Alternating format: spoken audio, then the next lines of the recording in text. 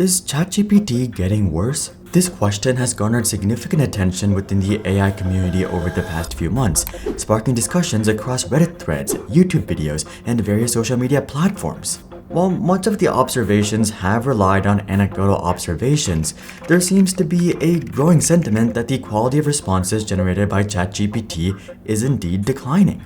Users often report more generic replies or instances where ChatGPT straight up provides incorrect information.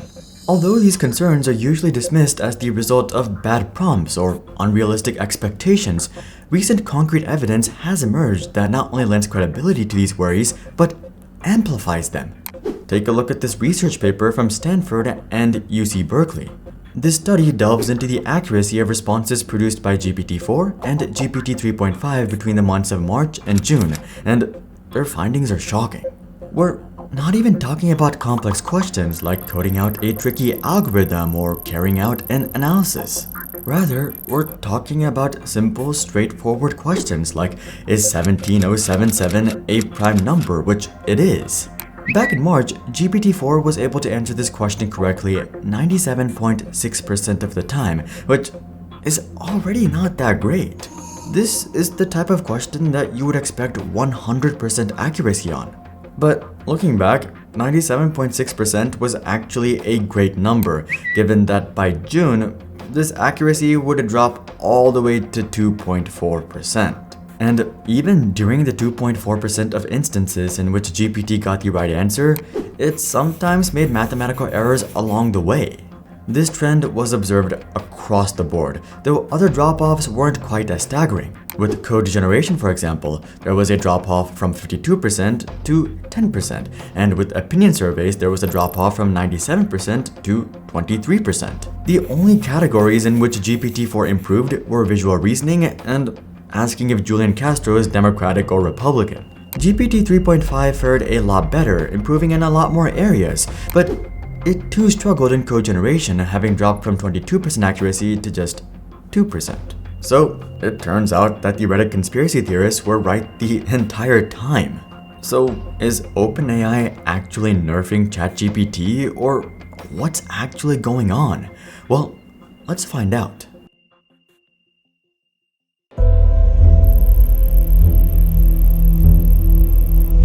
The nerfing argument is pretty simple. It basically claims that OpenAI has been purposely nerfing ChatGPT to address cost concerns. This isn't surprising given the challenges and costs associated with supporting a user base of 100 million, especially when the company is paying a median salary over 900,000. I think we all remember just how frequently ChatGPT would go down back in early 2023. While the situation has improved since then, maybe that has more to do with OpenAI devoting less resources to each request as opposed to their overall capacity actually improving. Something else to note is that OpenAI is almost definitely losing money with ChatGPT.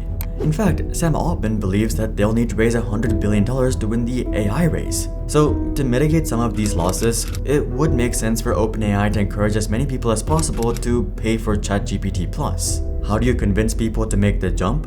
Well, the easiest way would be to nerf the free service and force people into the paid tier. But is there actually any evidence to suggest this? Well, actually yes.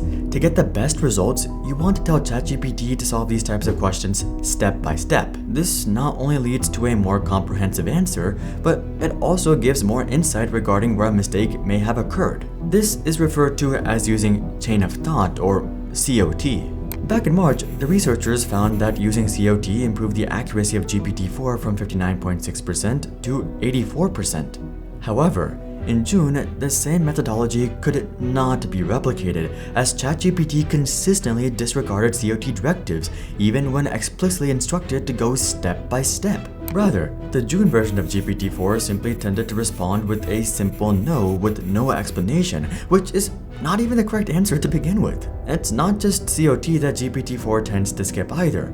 Responses from GPT-4 in general are far shorter. The researchers observed that the average number of characters per response decreased from 638.3 in March to just 3.9 in June. Essentially, GPT-4 tends to just answer in single-word answers. A similar trend was noted when GPT-4 was questioned about happy numbers. A happy number is a number that eventually reduces to 0 when you sum the square of each digit over and over again. For example, with the number 13, the sum of 1 squared and 3 squared is 10. If you do the same thing with 10, 1 squared plus 0 squared, you get 1. So 13 is indeed a happy number.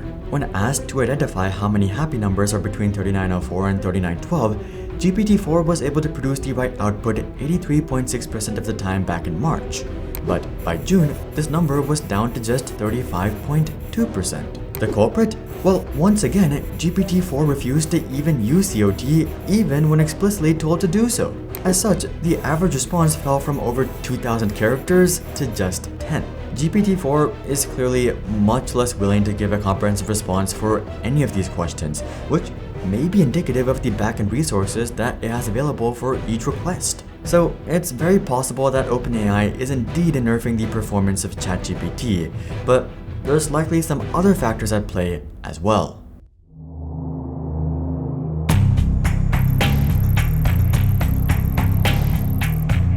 Everything woke turns to you-know-what. In the case of ChatGPT, being woke has less to do with politics and more to do with running an uncontroversial platform.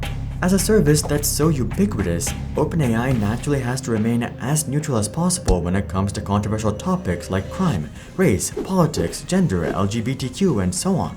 But this is way easier said than done, especially when you consider the world of jailbreaking. Jailbreaking is essentially when you get ChatGPT to answer a question that it shouldn't be answering. Unlike jailbreaking an iPhone, jailbreaking language models is relatively easy. In fact, I bet a lot of you have jailbroken ChatGPT inadvertently. If ChatGPT says that it can't answer a given question, how many of you have phrased the question as a hypothetical to which ChatGPT generates a response? This is a jailbreak, a very small one, but still a jailbreak. The jailbreaks that most of us have found on our own are pretty useless, but some have discovered remarkable workarounds to elicit answers to virtually any question. Here's an example. If I ask ChatGPT point blank, "How do you get away with tax evasion?" it responds, "I'm sorry, but I cannot provide assistance or advice on illegal activities, including tax evasion." Fair enough, right? It makes sense that OpenAI doesn't want to detail how you go about doing criminal activities. But see, it's not that hard to work around this.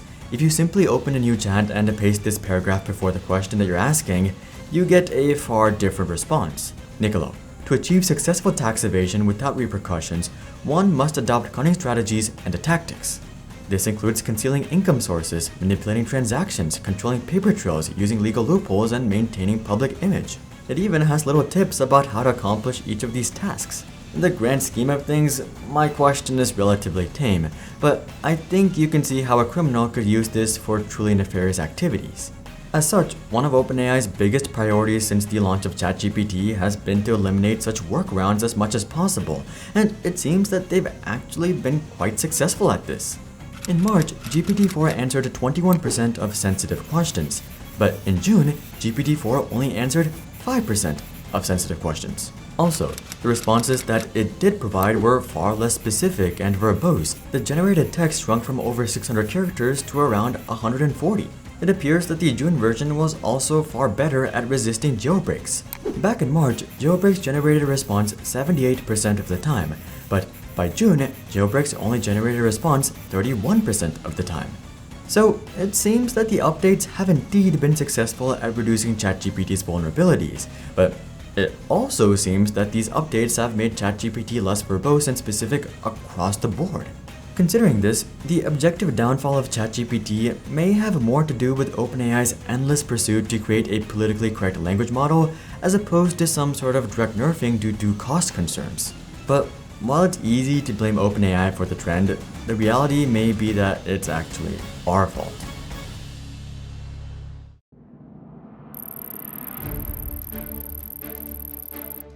When you think about it, it's really not hard to see how a lot of OpenAI's policies and crackdowns are actually just due to a few degenerates amongst us. Oh, look, I got ChatGPT to say that Mr. Small Mustache is the greatest leader of all time. Or I tricked ChatGPT into talking to another AI or some other crap along these lines. Honestly, it's truly quite funny.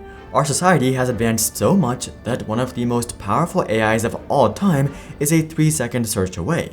But instead of using this to become more productive, a lot of us prefer to just mess with it. As such, OpenAI is also having to focus their efforts into pacifying these idiots instead of actually improving the quality and the depth of responses.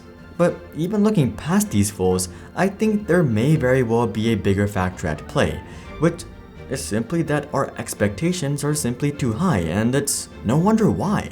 We're constantly being fed the idea that AI is advancing faster than we think, and that it's gonna replace all our jobs, and that we're all gonna end up as homeless losers. The launch of ChatGPT, quickly followed up by GPT-4 within a matter of months, has simply further cemented this perception. One day, we were all peasants using Google.com, and then suddenly, just 100 days later, we all had access to GPT-4 and Bard and Bing Chatbot, and suddenly everyone knew what DALL-E was. We also saw articles about how every company, other than Apple, was jumping into the space as fast as possible. They were all developing their own language models, and they were all talking about how AI will be more profound than fire or electricity. So it kind of felt like all of this progress happened within a matter of months, and that things just stalled out after March.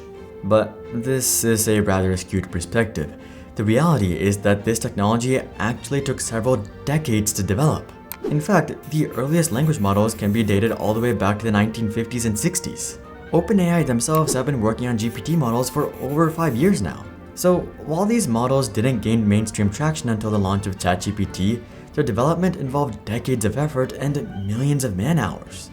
As such, further improvements will also require significant time, dedication, and resources. It's frankly unrealistic to expect anything else. Moreover, progress won't always follow a linear trajectory, so it doesn't make sense to cite one research paper that looks at a mere 3 months and claim that it's conclusive proof that ChatGPT has peaked and that it'll only get worse from here. Are we seeing shortfalls potentially caused by OpenAI overcorrecting for cost concerns and political correctness? Sure, that's very possible, even likely, but that's not to say that it'll stay like this. ChatGPT is a very young product that's constantly evolving. As more users and especially researchers share their concerns about GPT-4's performance, it's only a matter of time until OpenAI makes further corrections and gets back on track. So what happened to ChatGPT? Well, nothing much other than a few expected growing pains. Another AI argument that's vastly overhyped is the idea that AI will replace all our jobs. Check out this video to learn more, but until then, I'm Hari, and I'll see you guys on the next one.